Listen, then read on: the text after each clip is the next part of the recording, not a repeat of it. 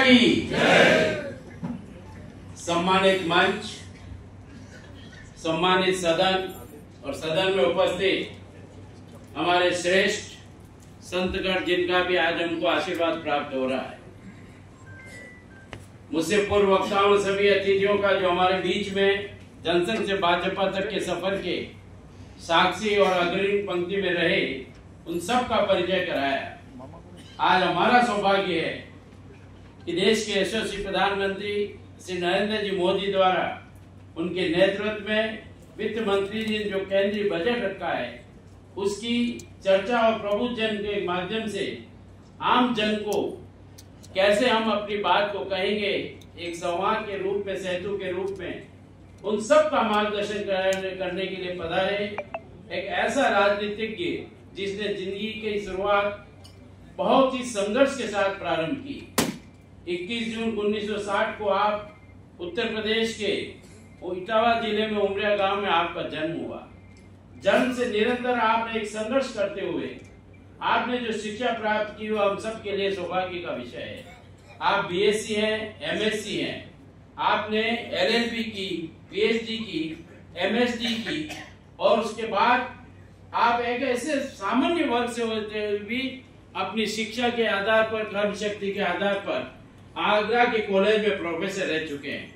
इसके अलावा भी आपने उत्तर प्रदेश में असिस्टेंट इंटेलिजेंस ऑफिसर के पद से जो सेवाएं की और उसके पश्चात राजनीतिक क्षेत्र में प्रवेश के लिए सेवानिवृत्ति ली। आज हम सब का सौभाग्य है कि श्रीमान डॉक्टर एसपी सिंह बघेल साहब हमारे मुख्य वक्ता हैं, जो अनुभवी हैं, प्रतिष्ठित राजनीतिज्ञ हैं।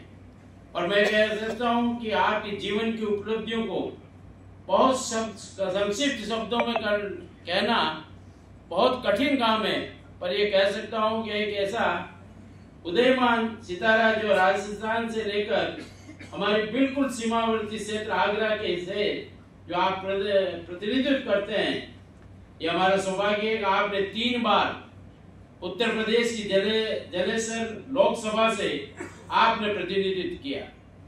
आपने आगरा में जो आप वर्तमान में आप सांसद के रूप में जो सेवाएं दे रहे हैं, 2 बार वहां से संसद सदस्य के लगातार संसद सदस्य के रूप में आपने प्रतिनिधित्व किया है।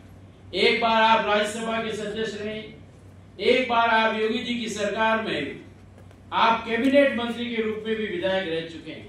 यानी कि 5 बार सांसद, 1 बार राज्यसभा सांसद के रूप में, 1 बार विधायक के रूप में, और आपने जो अपना अनुभव है केंद्रीय मंत्री के रूप में भी आपने उत्तर प्रदेश सरकार में अपने दायित्व का निर्वहन किया है। वर्तमान में इससे पूर्व आप मोदी जी की सरकार 2 भाग में भी विधि एवं न्याय मंत्री, स्वास्थ्य एवं परिवार कल्याण राज्य मंत्री के रूप में आप अपना दायित्व सफलतापूर्वक निर्वहन कर चुके हैं। ये हमारा सौभाग्य है। आज आप देश के पशुपालन, डेयरी, मत्स्य पालन और पंचायत राज्य के राज्य मंत्री के रूप में आज हमारे बीच में आप पधारे हैं, और इस बात का हम सबको गर्व है। एक शिक्षाविद, एक प्रशासनिक अनुभवी अधिकारी, और जिन्होंने अपना संपूर्ण जीवन लोक सेवा हेतु समर्पित किया, आज हमारे केंद्रीय बजट के बारे में हम सब का मार्गदर्शन करेंगे। मैं आपको विश्वास दिलाता हूं, यहाँ उपस्थित शहर के सभी प्रतिष्ठित लब्धजन जो यहाँ उपस्थित हैं, आपके मार्गदर्शन से आदरणीय मोदी जी के इस केंद्रीय बजट के आधार पर एक संवाद और सेतु के रूप में आम जन को आपकी बात को पहुंचाने का प्रयास करेंगे।